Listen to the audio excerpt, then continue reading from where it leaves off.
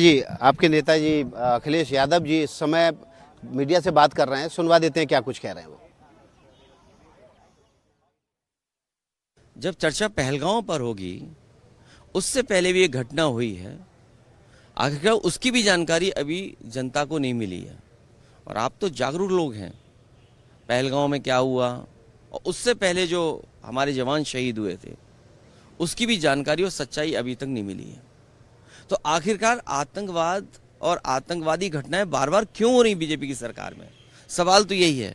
और फिर अगर घटना पहलगांव की हुई तो जो टेररिस्ट थे वो आसमान खा गया उन्हें, क्या जमीन खा गई और इसको आखिरकार वो टेररिस्ट कहाँ हैं, उनको पकड़ना, उनके बारे में जानकारी होना, इस सरकार को जवाब देना है, क्योंकि सरकार इस पे जवाब दे सकती है।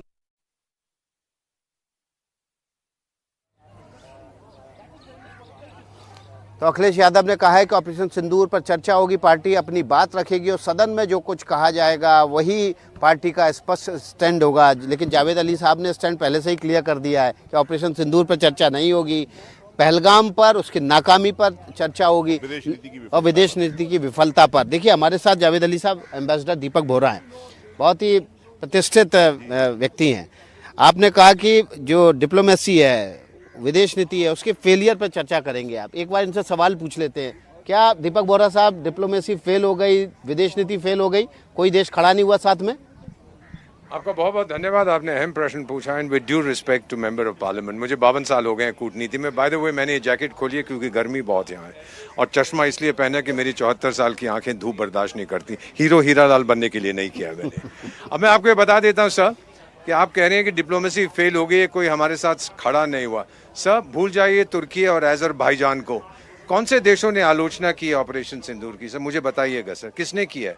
सर डिप्लोमेसी में हम बाहर आके मेगाफोन लेके नहीं कहते हम तुम्हारे साथ खड़े हैं, हम चुपचाप से कहते हैं जो आपने किया वो सही किया है। सर डिप्लोमेसी में जो हम कहते हैं वो उतना महत्वपूर्ण नहीं होता, जो हम नहीं कहते वो बहुत महत्वपूर्ण होता है। तो मेरा मानना sir, let me complete sir. Deepak Bohra साहब, मौनम संस्कृत की युक्ति है, मौनम अर्ध स्वीकृति। थैंक यू वेरी मच, आपने बिल्कुल सही प्रकार से कहा। और फाइनली इतना कहूंगा सर, जब मैं छोटा था मैं बिजली के खंभे का प्रयोग करता था पढ़ाई करने के लिए, किताबें पढ़ता था। कुछ दूसरे लोग थे नशा करके आते थे, उसी खंभे का प्रयोग करते थे सहारे के लिए, खड़े होते थे। सो सर दिस डिबेट जो होने वाली है, हमें जानकारी दीजिएगा, don't use it to score brownie points. देश जानना चाहता है सच्चाई क्या है, हकीकत क्या है, लेकिन देश ऐसा भी कुछ नहीं चाहता। And as a diplomat I can tell you, 6 देशों में राजदूत रहा हूं, नहीं चाहते कि किसी भी तरह से आरोप लगाए जाएं या हमारी सेना पर लगाए जाएं, हमारी डिप्लोमेसी पे लगाए जाएं। Sir we have the best foreign service, मानव इतिहास में सबसे बेहतरीन विदेश मंत्रालय आज हमारे पास है, जिसका नेतृत्व both prime minister and doctor S Jaishankar जो डिप्लोमेट कर रहे हैं। Sir take it from me, दुनिया भर में उनकी आवाज बहुत ध्यान से सुनी जाती है। बिल्कुल। और देखिए, दीपक बोहरा साहब ने जवाब दिया, उस पर आपका एक छोटा सा जवाब ले लेते हैं जावेद अली साहब। छोटा सा जवाब ये है कि बोहरा साहब निश्चित रूप से अनुभवी राजनयिक रहे हैं, इसमें कोई दो राय नहीं है। लेकिन मैं बोहरा साहब से सिर्फ ये जानना चाहता हूँ कि हमारे द्विपक्षीय मामलों में अमेरिका का राष्ट्रपति ट्वीट करके बताए कि हम क्या कर रहे हैं और हमने क्या किया है।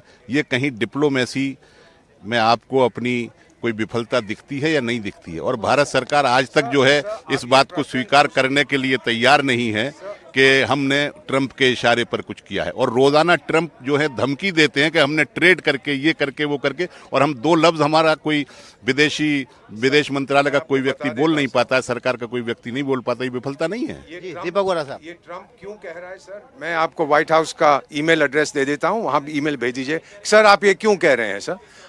ये भी सही है कि दुनिया के सबसे शक्तिशाली देश का वो राष्ट्रपति, मान लीजिए सर आप नेता हैं हमारे, आप ही कह देते हैं कि वो बकवास कर रहा है, क्या फायदा होगा सर हमें? कोई सर लेट मी कंप्लीट। राष्ट्रपति का कहना, दोनों बातों में फर्क है। और हमारे डीजीएमओ से पहले उसने ऐलान किया था सर, मैं आपको शायद बता रहा हूं सर, वो अपनी टाइम टेली कीजिए बोहरा साहब। सर विनम्रता से जो उसने ऐलान किया उससे पूछिए क्यों किया है सर।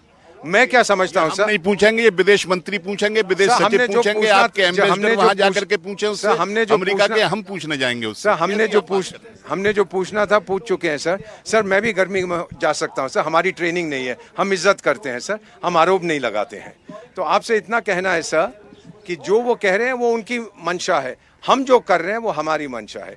ये आधे घंटे पहले उसने बता दिया सर। सर, वो बोरा एक साहब, घंटा आप ये पहले, तो बताइए, 2 उसने घंटे आधे पहले- घंटे पहले हमसे बता दिया कि युद्ध विराम मैंने करवा दिया। अच्छा, अब मैं आपको ये भी बाद में किया, 1.5 सर, घंटे मैं बाद आपको किया। बता देता हूँ, कंबोडिया और थाईलैंड का आपने नाम सुना होगा, दोनों आसियान के मेंबर हैं, एक दूसरे पर मिसाइल्स फेंक रहे थे। ट्रम्प से किसी ने पूछा नहीं, उसने कहा जी मैंने करवा दिया वहां शांति। सर, कोलंबिया में 2 गुटों के बीच जंग हो रहा था, ड्रग एडिक्ट्स का। यही कह दीजिए कि वो झूठ बोल रहा मैंने है। ये नहीं, मैं क्यों कहूं सर? हमारी हम satisfaction किसी हो को नहीं जाएगा, कहते पूरे कि देश कोई का झूठ बोल रहा satisfaction हो है। जाएगा। सर, हम कहते प्रधानमंत्री नहीं कह रहे, विदेश मंत्री नहीं कह रहे, विदेश सचिव नहीं कह रहे, आप पूर्व राजनयिक होने के नाते एक बयान आज ही दीजिए एनडीटीवी पे, मौका है आपके पास, कहिए कि ट्रम्प झूठ बोल रहा है। सर, हम ये कभी शब्दों का प्रयोग नहीं करते सर, वो जो वो सोचते हैं सही है। यही तो डिप्लोमेसी की विफलता है, ये जिसको हम रेज़ डिप्लोमेसी करेंगे की सफलता है सर। कि मैं ट्रम्प आपको हमारी लड़ाई रोकने का ऐलान ट्रम्प करेगा, ये सफलता हमारी है। लड़ाई ट्रम्प साहब के साथ नहीं है सर, हमारी वो रोकने का ऐलान करे, ये हमारी सफलता है। तो फिर